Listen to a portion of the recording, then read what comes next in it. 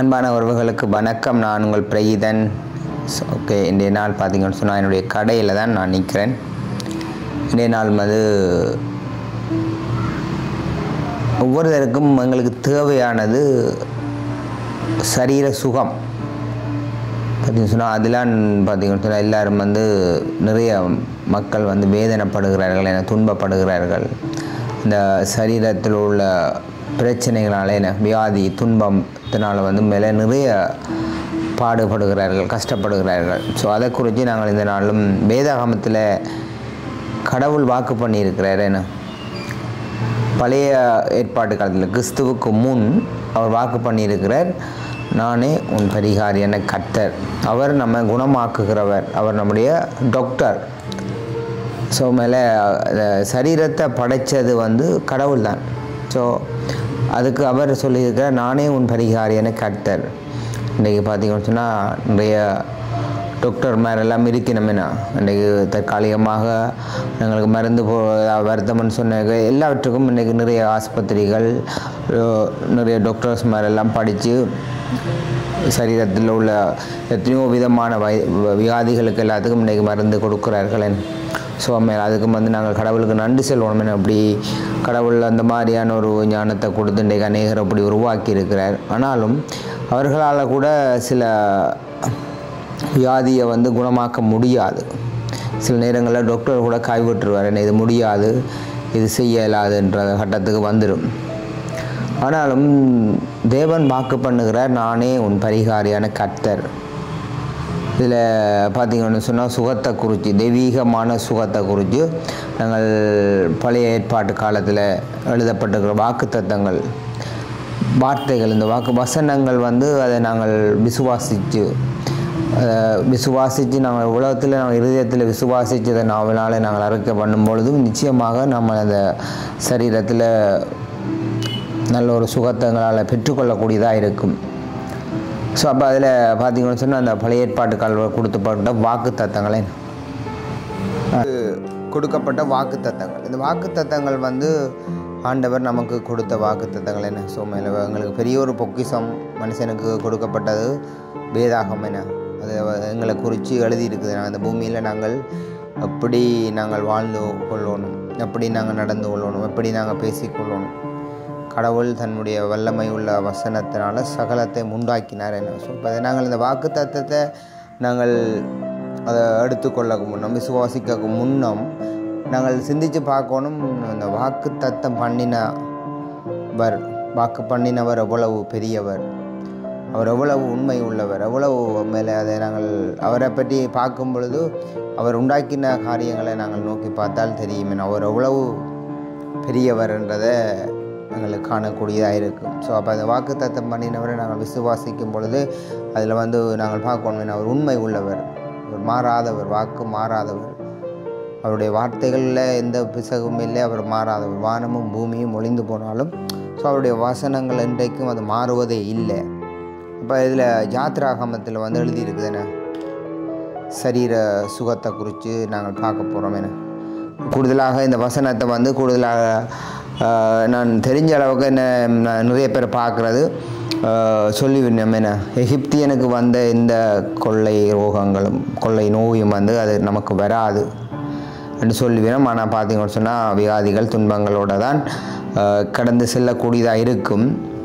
ஆனால் அது சொல்லுகிறது மாத்திரமல்ல, இதில் வடிவாக அந்த கூடுதலாக இந்த கடைசி பகுதியை மட்டும் எடுத்துக்கொள்வினோம். முன்பகுதியை நாங்கள் எடுத்துக்கொள்கிறோம் குறைவு. கடந்து வந்த நாட்களில் விசுவாசத்தில் நாங்கள் காலடி எடுத்து வைக்கும் பொழுது தான் நாங்கள் எப்படி நிற்கணும், எப்படி நடந்து கொள்ளணும் என்றதை நமக்கு வேதம் ஒரு எச்சரிப்பாகவும் எங்களுக்கு போதிக்கிறது என்ன. ஸோ அப்போ யாத்ராகமம் 15ஆம் அதிகாரம் 26ஆம் வசனம்.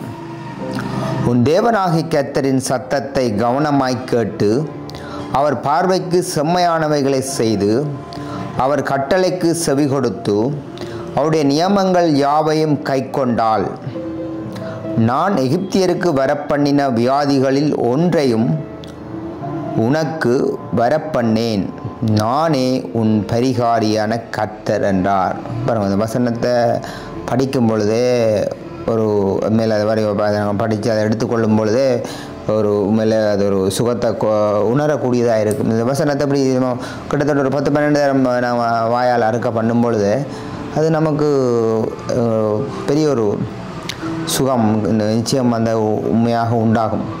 இன்றைக்கு இதில் தேவனுடைய வார்த்தையில் அதில் ஜீவன் இருக்குது, அதில் வல்லமை இருக்குது, அதில் சுகம் இருக்குது. அவர் வாக்கு பண்ணியிருக்கிறார். ஸோ இது அப்படியே நமக்கு கொடுக்கப்பட்டிருக்கிறது கட்டளையாக. அவர் சொல்லியிருக்கிறார், நானே உன்னுடைய பரிகாரி என கர்த்தர். எகிப்தியனுக்கு வந்த எந்த கொள்ளை ரோகங்களும் உனக்கு வராது. இதோ எகிப்தியனுக்கு வந்த எந்த கொள்ளை நோயோ இதுவும் எங்களுக்கு வராதென்று நாங்கள் எடுத்துக்கொண்டு நாங்கள் சும்மா இருக்கிறது இல்லை. இதில் சொல்லப்பட்டிருக்கிறது, தேவனாகிய கர்த்தரின் சத்தத்தை கவனமாக கேட்டு அவர் பார்வைக்கு செம்மையானவைகளை செய்து. இதில் அவர் பார்வைக்கு அவருடைய சத்தத்தை கேட்டு, இதில் பாருங்கள், இதில் நாங்கள் முற்றுப்புள்ளி போட்டுக்கேன். தேவனாகிய கர்த்தரின் சத்தத்தை கவனமாய் கேட்கணும். இதில் நின்று பொறுமையாக கவனமாக ஒரு அமைதியாக சார்ந்த குணத்தோடு நின்று பொறுமையாக கேட்கணும். தேவனாவுடைய சத்தத்தை நாங்கள் பொறுமையாக கேட்கணும். கேட்டால் தான் இதில் உள்ள அந்த சாரத்தை உள்ள எனர்ஜியை நாங்கள் எடுத்துக்கொள்ளக்கூடிய கேட்டு அவர் பார்வைக்கு செம்மையானவைகளை செய்து பாருங்கள், இதில் கொடுக்கப்பட்டதில் அவருடைய பார்வைக்கு நாங்கள் எங்களுடைய பார்வை இல்லை நான் சரியாக செய்கிறேன் செம்மையாக செய்கிறேன் எங்களுடைய பார்வை இல்லை. மனுஷருடைய நீதி எல்லாம் வேதம்னு சொல்கிறது, மனுஷனுடைய நீதி எல்லாம் அழுக்கும் கந்தயமாம். அவருடைய பார்வைக்கு செம்மையானவைகளை செய்து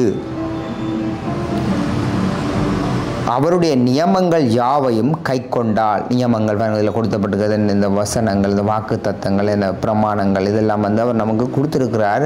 இதை நாங்கள் கட்டளையாக மேலே பழைய காட்டத்தில் மனுஷனுக்கு கொடுக்கப்பட்டது இந்த நியாயப்பிரமாணம். அது மனுஷன் ஒரு பாவி என்றதை உணர்த்தி கொள்ளும்படியாக அவனுக்கு கொடுக்கப்பட்டிருக்கிறது. அதை யாரும் நிறைவேற்ற முடியவும் இல்லை. அது முடியாது. மனுஷன் ஏன் பாவியாக இருக்கிற மனுஷன் அதை செய்ய முடியாது. ஆனால் அவர் பரிசுத்தர் என நமக்காக இந்த பூமிக்கு வந்தார். பரிசுத்தர், அவர் செய்து முடித்தார்.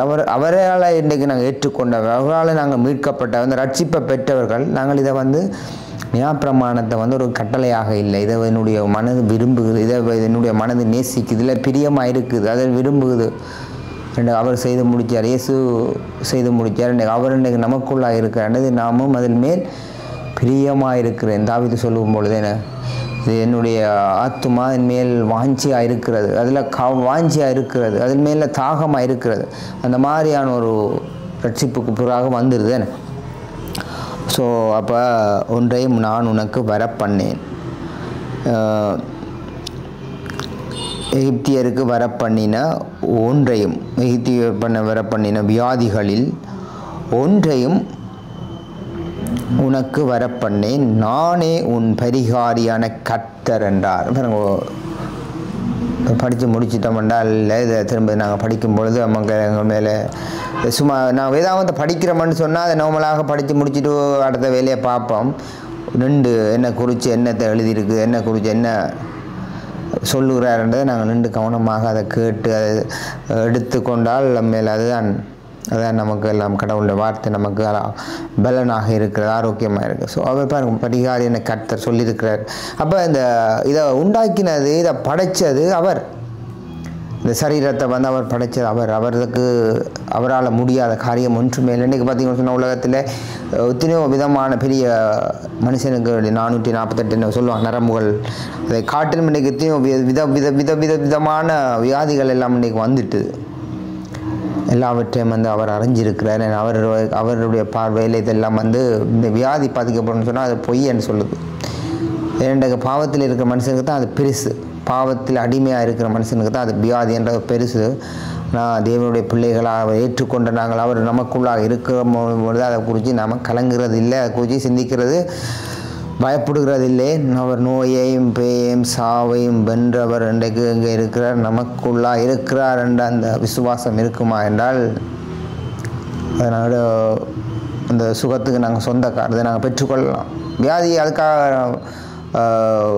ரட்சிக்கப்பட்ட பிள்ளைகள் விசுவாசிகள் வியாதி வரக்கூடாண்டில்லை, நான் இப்படி சொல்ல இல்லை. இது வந்தாலும் இருந்தாலும் இதை நாம் எதிர்த்து நிற்கலாம், இதை தகர்த்தறியலாம். இது எனக்கு சொந்தம் இல்லை, என்னுடைய சரீரத்துக்கு இது சொந்தமானது இல்லை, இது தேவனுடைய ஆலயம் என்ற உணர்வு கட்டாயம் நமக்கு உண்டாயிருக்கும் பொழுது இந்த நாங்கள் சுகத்தை நாங்கள் பெற்றுக்கொள்கிறோம். பார்த்தீங்கன்னு சொன்னால் அப்போ இதை நாங்கள் எப்படி இதில் கொடுத்தப்பட்ட நியமங்கள் இதை திரும்ப திரும்ப திரும்ப திரும்ப திரும்ப திரும்ப நாங்கள் அதை படிக்கும் பொழுது திரும்ப திரும்ப அறிக்கை பண்ணும்பொழுது இன்றைக்கு கூட எனக்கும் நிறைய பழக்கமானாக்கள் இருக்கிறாங்க. அதை இப்போ கேட்டாச்சும் அப்படி வியாதிகள் துன்பம்னு சொன்னால் அதே பற்றி பெருசாக கதைச்சி அதே பெருசாக படம் போட்டு கொண்டு வந்தால் பார்த்தீங்கன்னு சொன்னால் இதே நம்முடைய பெரிய சிந்தனையும் மைண்டும் எங்கே போனாலும் பேச்சும் அதுவாக போடும். ஸோ அப்போ நம்முடைய இருதயத்தின் நிறைவு வாய் பேசும். அப்போ இருதயத்தில் யார் இருக்கிறார்? அதான் அவர் நமக்கு இந்த ரட்சிப்பின் மூலமாக நமக்கு கொடுத்தது புதிய இருதயம். அவர் தங்கியிருக்கிறார், அவர் வாசமாக இருக்கிறார். ஸோ வியாதி பார்த்திங்கன்னு சொன்னால் அது சரீரத்தில். இங்கே அவர் இருந்தார் என்றால் இதை குறித்து பெருசாக பேசுவோமா? நம்முடைய சூழ்நிலைகள் எல்லாம் பார்க்க போனால் அதெல்லாம் இந்த பெரியவர் இந்த சகலத்தை உண்டாக்கினவரை காட்டிலும் அது பெருசே இல்லை. இப்போ இங்கே தான் பிரச்சனை. அப்போ இங்கே அவர் எப்படி இருக்கிறார், எப்படி வாழ்கிறார்ன்றதை நாம் அதை நிரப்பிக்கொள்வது எப்படி? தாகமுள்ளவன் மேல் நிச்சயமாக அந்த ஆவியை அவர் ஊற்றுவார். தாகத்தோடு நாங்கள் இருப்போமாக இருந்தால் நிறைய ஊற்றப்படும். இதில் பார்த்தீங்கன்னு சொன்னால் சுகத்தை குறித்து நிறைய பழைய ஏற்பாட்டு காலத்திலே வாக்கு தத்தங்களாக கொடுக்கப்பட்டுகிறது. சாதாரணமாக ஒரு வசனத்தை குறித்து நான் உங்களோட விளக்கமாக ஒன்று பேசிக்கொண்டு போய் நேரம் வருது டக்கண்டு. எரோமியா 33ஆம் அதிகாரம் 6ஆம் வசனம், இதோ நான் அவர்களுக்கு சௌக்கியமும் ஆரோக்கியமும் வரப்பண்ணி அவர்களை குணமாக்கி அவர்களுக்கு பரிபூரண சமாதானத்தையும் சத்தியத்தையும் வெளிப்படுத்துவேன். இது அடுத்த ஒரு வாக்குத்தத்தம். இது அவர் நமக்கு சௌக்கியமும் ஆரோக்கியமும் வரப்பண்ணி சமாதானத்தையும் பரிபூர்ணமான சமாதானத்தையும் இந்த சத்தியத்தையும் வெளிப்படுத்து. இந்த சத்தியத்துக்குள்ளான் பார்த்தீங்கன்னு சொன்னால் பரிபூர்ணமான சமாதானமும் பரிபூர்ணமான ஆரோக்கியமும் பரிபூர்ணமான சௌக்கியம் என்னத்துக்கு இருக்குன்னா இதுக்கெல்லாம் மறைஞ்சிருக்குது சத்தியத்துக்குள்ளே. இந்த சத்தியத்தை நாம் அறிஞ்சு கொள்ளணும், இதை நாங்கள் எடுத்துக்கொள்ளணும். இதுதான் நமக்கெல்லாம் நீதிமொழி சொல் உடலுக்கெல்லாம் ஆரோக்கியமாக இருக்கிறது. உடலுக்கெல்லாம் கர்த்தருடைய வார்த்தை என் உடலுக்கெல்லாம் ஆரோக்கியமாக இருக்கிறது, என் எலும்புகளுக்கெல்லாம் அது ஊனாக இருக்கிறதை நாங்கள் எடுத்துக்கொள்ளணும். அப்போ யாருக்கு? இதை கண்டுபிடிக்கிறவர்களுக்குத்தான் அது உடலுக்கெல்லாம் ஆரோக்கியமாக இருக்கிறது. ஸோ இதை நாங்கள் கண்டுபிடிக்கணும். என்ன குறித்து என்ன எழுதியிருக்கு, எங்கெங்கெல்லாம் வேதாகமத்தில் என்ன குறித்து எழுதியிருக்குன்றதை நாங்கள் இதை கண்டுபிடிச்சாதான் இந்த நம்முடைய சௌக்கியம் ஆரோக்கியம் இதை நாங்கள் பெற்றுக்கொள்ளலாம். நாங்கள் இந்த பூமியில் இருக்கிற நாளெல்லாம் ஒரு சௌக்கியம் உள்ளவனாக ஆரோக்கியம் உள்ளவனாக இருந்தால் தான் நம்முடைய வேலைகளை நாங்கள் நன்றாக செய்யலாம், அவங்களுடைய குடும்பங்களை கவனித்து கொள்ளலாம். பிள்ளைகள் வழிவட்டில் இங்கே போனாலும் என்னவா இருந்தாலும் நாங்கள் சௌக்கியமாக ஆரோக்கியமாக இருந்தால் தான் என்ன காரியத்திலையும் செய்யலாம். அப்போ அதுக்கு கடவுளே நமக்கு ஒத்தாசையாக அனுகூலமாக இருந்து எங்களுக்கு வாக்கு பண்ணியிருக்கிறார். நானே உன் பரிகாரியான கர்த்தர், எந்த வியாதியை நான் உன்னை விட மாட்டேன். இது பழைய ஏற்பாட்டு காலத்தில் இதில் நாங்கள் பார்க்குறோம். ஆனால் புதிய ஏற்பாட்டு காலத்தில் வித்தியாசம். இது கிறிஸ்துவுக்கு முன் கிறிஸ்துவுக்கு பின் நாங்கள் பார்க்க போனோம்னா அங்கே பார்த்தீங்கன்னு சொன்னால் உடனே சுகம். இயேசு வந்திருந்த காலத்தில் வாக்குத்தத்தம் பண்ணினா அவர் தான் வசனமாக இருக்கிற அவர் தான் வார்த்தையை அனுப்பினார். ஆனால் அவரே வந்திருக்கும் பொழுது பார்த்தீங்கன்னு சொன்னால் சுகம் உடனடியாக சுகத்தை நாங்கள் உடனடியாக புதிய ஏற்பாட்டு காலத்தில் பார்க்குறோம். இயேசு வந்திருந்த காலத்திலெல்லாம் இதெல்லாம் உடனடியாக நடக்குது. சுகம் உடனடியாக நடக்குது. மரித்தோர்கள் எழுந்திருக்கிறார்கள். புதிய ஏற்பாட்டில் பார்த்தீங்கன்னு சொன்னால் அதிலே மண்மண்ட ஒரு வசனத்தை பார்க்கலாம். ஏன்னா புதிய ஏற்பாட்டில் பார்த்தீங்கன்னு சொன்னால் இதில் சுகத்தை எப்படி வாக்குத்தத்தம் பண்ணினவர் வார்த்தையாக இருக்கிறவரே வந்திருக்கிறார், நேராக வந்திருக்கிறார். உடனடியாக சுகம். கண் இல்லாதவர்கள் உடனடியாக கண் தெரியாத குருடர்கள் எல்லாம் பார்வை அடைகிறார்கள். எப்படி இது நடக்கின்றது பார்ப்போம். புதிய ஏற்பாட்டில் மத்தேயு 9ஆம் அதிகாரம் நான் 27 படிக்கிறேன். இயேசு அவரிடம் விட்டு போகையில் 2 குருடர் அவர் பின்னே சென்று, தாவீதின் குமாரனே எங்களுக்கு இரங்கும் என்று கூப்பிட்டார்கள். அவர் வீட்டுக்கு வந்த பின்பு அந்த குருடர் அவரிடத்தில் வந்தார்கள். இயேசு அவர்களை நோக்கி, இதை செய்ய எனக்கு வல்லமை உண்டென்று விசுவாசிக்கிறீர்களா என்று கேட்டார். அதற்கு அவர்கள், ஆம், விசுவாசிக்கிறோம் ஆண்டவரே என்றார்கள். இதுதான் அந்த முக்கியமான ஒரு பகுதி. என்னென்றால் விசுவாசம் ஒன்று வேணும். அவர் நேரே வந்திருந்து கூட அந்த இடத்துல, இயேசு வந்திருந்த இடத்துல கூட அநேகரை அவர் குணமாக்காம முடியாமையும் அந்த இடத்த விட்டு போயிருக்கிறான்றதை நாங்கள் வேதாகமத்தில் படிக்கிறோம். ஏனென்றால் அவருடைய இருதய கடினத்தின் நிமித்தம். இவர் என்ன சொல்கிறாண்டா, ஆமாம் ஆண்டவரே விசுவாசிக்கிறோம், நீர் தான் ஆண்டவரே எல்லாவற்றையும் உண்டாக்கினி, நீர் பெரியவர் சர்வ வல்லமை, நீரே நேரம் வந்திருக்கிறீர் ஆண்டவரே, எனக்கு கந்தறியாடி என்னவா இருந்தாலும் உம்மாலே ஆகுமென்றதை விசுவாசிக்கிறோம் என்ற ஒரு உச்சகட்டத்தை, ஆமாம் ஆண்டவரே விசுவாசிக்கிறோம் என்று அவர் உடனடியாக சொல்கிறார். அப்போ அதுதான் விசுவாசிக்கிறோம் என்று அவர் சொல்லும் பொழுது அப்பொழுது சொல்கிறார், அப்பொழுது அவருடைய கண்களை அவர் தொட்டு, உங்கள் விசுவாசத்தின்படி உங்களுக்கு ஆக கடவுது என்றார். பாருங்கள் என்னத்தை அவர் பேசுகிறார் என்றால், உங்களுடைய விசுவாசத்தின்படி அவர் குருடர் அவருக்குள்ளாக இருக்கிற விசுவாசத்தின்படி அவர் எப்படி குறித்து வச்சுருக்கார், கடவுளை குறித்து மேன்மையாக வச்சுருக்கார். அவரால் முடியாத காரியம் ஒன்றுமே இல்லை என்றதை பூரணமான ஒரு நிச்சயத்தோட போய் அவர்கிட்ட கேட்கிறார்கள். அப்போ அவர் சொல்கிறார் என்றால், உங்களுடைய விசுவாசத்தின்படியே உங்களுக்கு ஆக கடவுது என்று சொல்லி அவர் கைகளை வைக்கும் பொழுது அவர்களுக்கு கண்கள் திறக்கப்படுகிறது. என் விசுவாசத்தின்படி உங்களுக்காக கடவுது என்றார். உடனே அவர்களுடைய கண்கள் திறக்கப்பட்டது. இதை ஒருவரும் அறியாதபடிக்கு எச்சரிக்கையாக இருங்கள் என்று சொல்லி இயேசு அவர்களுக்கு கண்டிப்பாய் கட்டளையிட்டார். தொட்டு உங்கள் விசுவாசத்தின்படி உங்களுக்காக கடவுது என்றார். அப்போ இதில்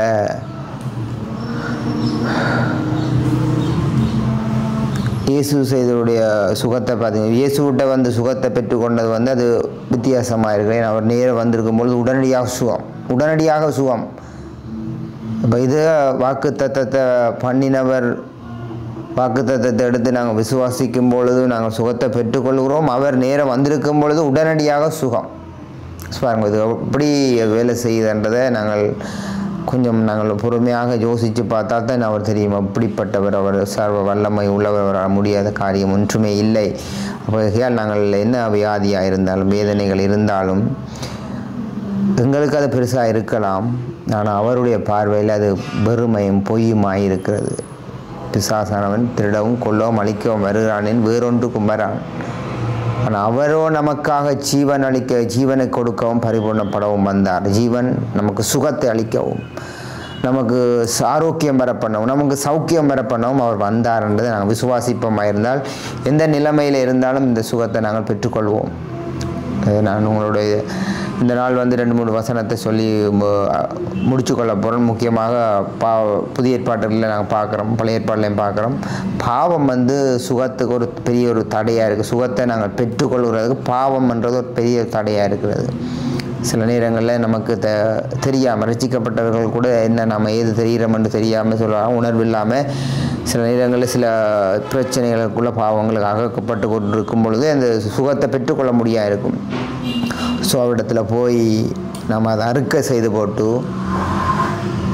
உம்முடைய தாயவின்படி உம்முடைய கிருபையின்படி ஆண்டவர் எனக்கு இறங்கும் என்று சொல்லி நாங்கள் அவரிடத்தில் அதை அறுக்கை செய்து போட்டு கேட்போமா, இந்த வசனத்தை நாங்கள் இருதயத்தில் விசுவாசிப்போமா இருந்தால் நிச்சயமாக எங்களுக்கு சுகம், ஆரோக்கியம், சௌக்கியம் நிச்சயமாக உண்டாகும் என்றதை நான் விசுவாசத்தில் உங்களோட இதை பகிர்ந்து கொள்கிறேன். இந்த கட்டாயமாக இந்த வாக்கு தத்தங்கள், இந்த வார்த்தைகள் உங்களுக்கும் பிரயோசனமாக இருந்திருக்கும் என்றதை நான் நம்புகிறேன்.